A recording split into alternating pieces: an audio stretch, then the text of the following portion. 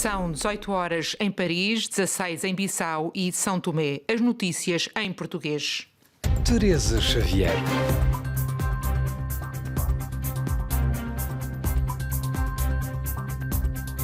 Considera que o Tribunal Constitucional está numa situação de ruptura após a primeira volta das presidenciais e recebe órgãos de soberania. Parlamento cabo-verdiano chumba aumento da dívida em tempo de pandemia. No apoio técnico está hoje Dusko Sekulic. RFI, as vozes do mundo. Muito boa tarde. São Tomé e Príncipe, o presidente Evaristo Carvalho considera que o Tribunal Constitucional está numa situação de ruptura. Em causa um recurso polémico sobre a primeira volta das eleições presidenciais que decorreu no dia 18 de julho. Por essa razão, o chefe de Estado são-tomense resolveu reunir de emergência os órgãos de soberania para encontrar uma solução urgente. Ausente desta reunião está apenas o presidente da Assembleia Nacional, Delfim Neves, que é candidato e autor do recurso que dividiu os juízes do Tribunal Constitucional sobre a recontagem dos votos. Maximino Carlos, na capital são-tomense, tem mais informação. A reunião dos titulares dos órgãos da soberania pretende encontrar uma solução para o atual contencioso eleitoral.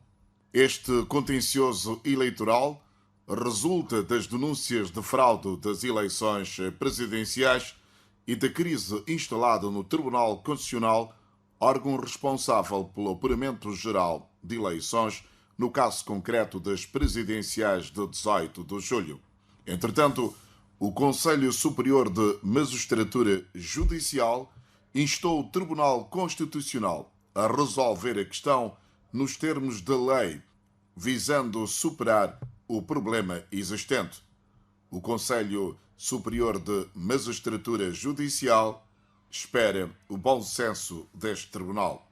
No encontro desta quinta-feira, Evaristo Carvalho disse que, enquanto chefe de Estado, é chamado a desempenhar a sua magistratura de influência.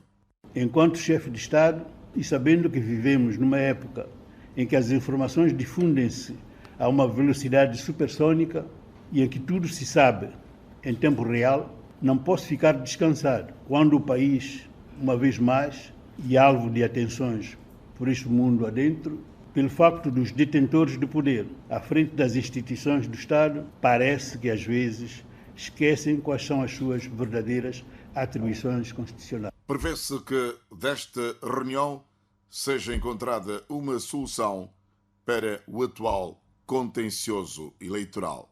Maximino Carlos, São Tomé, RFI. O nosso correspondente Maximino Carlos a dar-nos conta da crise política que se vive em São Tomé e Príncipe. Em Cabo Verde, o Parlamento chumba a proposta orçamental do Governo. O chumbo impede regras orçamentais mais flexíveis e o aumento da dívida em contexto de pandemia. Dívida que poderia passar de 3% para 5% do PIB. Augusto Oliveira, em serviço especial para a RFI, tem mais informações. Para o PICV, pela voz do deputado Walter Évora, justificou o seu sentido de voto com o facto de o Governo não ter promovido as reformas a que se propôs em 2016 e de, pelo contrário, ter aumentado as despesas de funcionamento. Este diploma que o Governo apresenta hoje não vai no caminho da inversão da tendência de aumento das despesas públicas, mas continua na senda da criação de mais despesas públicas com o agravante de ser com recurso à dívida interna. Permitir da dívida interna chega a 5% do PIB não é responsável, não é patriótico. Do lado do MPD, o deputado Luís Carlos Silva afirmou que, ao chumbar o diploma, o PICV deita por terra a ponte que estava a ser criada pelo Governo para a retoma económica do país. O PICV, ao não votar esta lei, pretende fazer o país cair na recessão. Uma recessão que custará ao país muito mais do que esta dívida que nós estamos a propor. Augusto Oliveira, Cabo Verde, RFI. O jornalista Augusto Oliveira, em serviço especial para a RFI. A condenação francesa de Théodorine Obiang, filho do presidente da Guiné Equatorial, no caso dos chamados bens adquiridos indevidamente, deve ser um exemplo para outros sistemas de justiça. É que, no âmbito de um dispositivo adotado por Paris, na semana passada, pela primeira vez, vão ser devolvidas às populações as receitas desse património arrestado em França. João Paulo Batalha, que dirigiu em Portugal o organismo Transparência e Integridade, considera que esta condenação pode, inclusive, inspirar Angola. Eu espero que este caso com a Guiné Equatorial em França sirva de incentivo para os sistemas de justiça atuarem. O que nós temos visto com os bens da família presidencial angolana, nomeadamente da filha do ex-presidente José Eduardo dos Santos, com Isabel dos Santos, é que tem havido, de facto, um maior vigor da justiça em apresar e congelar bens para eventualmente serem restituídos à Angola, mas em resposta aos pedidos da justiça angolana, que com o novo presidente deixou de ser cúmplice e até autora do enriquecimento ilícito de Isabel dos Santos. O que nós não vemos especificamente em Portugal é uma eficácia do sistema judicial, não apenas em responder aos pedidos que estão a ser feitos por autoridades angolanas, no caso de Isabel dos Santos, mas em mapear a riqueza mal obtida de outros responsáveis e ex-responsáveis angolanos, em relação aos quais a justiça angolana não está a atuar. E a justiça angolana está a ser vigorosa no caso de Isabel dos Santos, mas está a ser omissa em muitos outros casos suspeitos de branqueamento que envolvem outras figuras do regime angolano e, portanto, nessas tem que ser o sistema judicial português a atuar e isso, infelizmente, não tem acontecido, ou pelo menos não tem acontecido com a eficácia e com o vigor que era exigido. João Paulo Batalha, entrevistado por André Ferreira.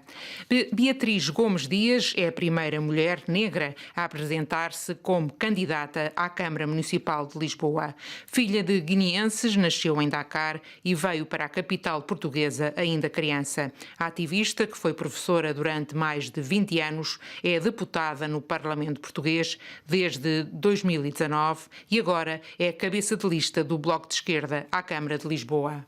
Influenciou profundamente a forma como eu me formei enquanto indivíduo, enquanto pessoa. Os meus pais são os dois da Guiné-Bissau, cresceram na Guiné. O meu pai veio para Portugal estudar na universidade. A minha mãe fez toda a sua vida adulta na Guiné, portanto, várias dimensões da cultura guineense estão presentes em mim, na forma como eu imagino o mundo, no que me dá prazer, nas músicas que gosto de ouvir também. E sem dúvida que a Guiné, a experiência dos meus pais, os artistas que eles ouviam, os livros, toda a experiência que eles tiveram durante o tempo que viveram na Guiné condicionou a forma como eu olho para o mundo. Beatriz Gomes Dias, em entrevista a André Ferreira. São Tomé, 102.8 FM. No âmbito da entrada em vigor do passe sanitário anti-Covid em França, a partir de 1 de agosto, Fernando de Moura, proprietário e chefe do reputado restaurante parisiense Saudade, reagiu sobre as sanções previstas pela lei e o impacto da mesma no que diz respeito ao modelo de gestão e ao acolhimento dos clientes. Eu espero bem não pagar multas sobre isso, porque senão então, por vezes, sei lá, o que é que a gente tem vontade de fazer, abandonar o barco, não sei, complicado. A medida obrigará, evidentemente, alguns restaurantes, eu suponho que o seu também se encontra nesse caso, a recorrer a uma logística completamente diferente e talvez a optar mais frequentemente pelo modelo Uber, uma vez que haverá uma certa incerteza no que diz respeito à frequentação. Nós é um pouco complicado porque assim, nós temos uma clientela antiga, fiel, não é, que vem. Depois há certas maneiras, por exemplo, eu vou dizer que hoje em dia as pessoas reservam muito através da Fork. As pessoas depois já vão saber, as pessoas sabem que há essa medida, não é? Agora, nós somos um restaurante que não é um restaurante à antiga, não quero dizer que seja um restaurante à maneira antiga ou com clientes antigos ou com clientes de uma certa idade. É um restaurante aberto a toda a gente, só que a todos os níveis, quero dizer. Só que isso não vai ser fácil fazer compreender as pessoas.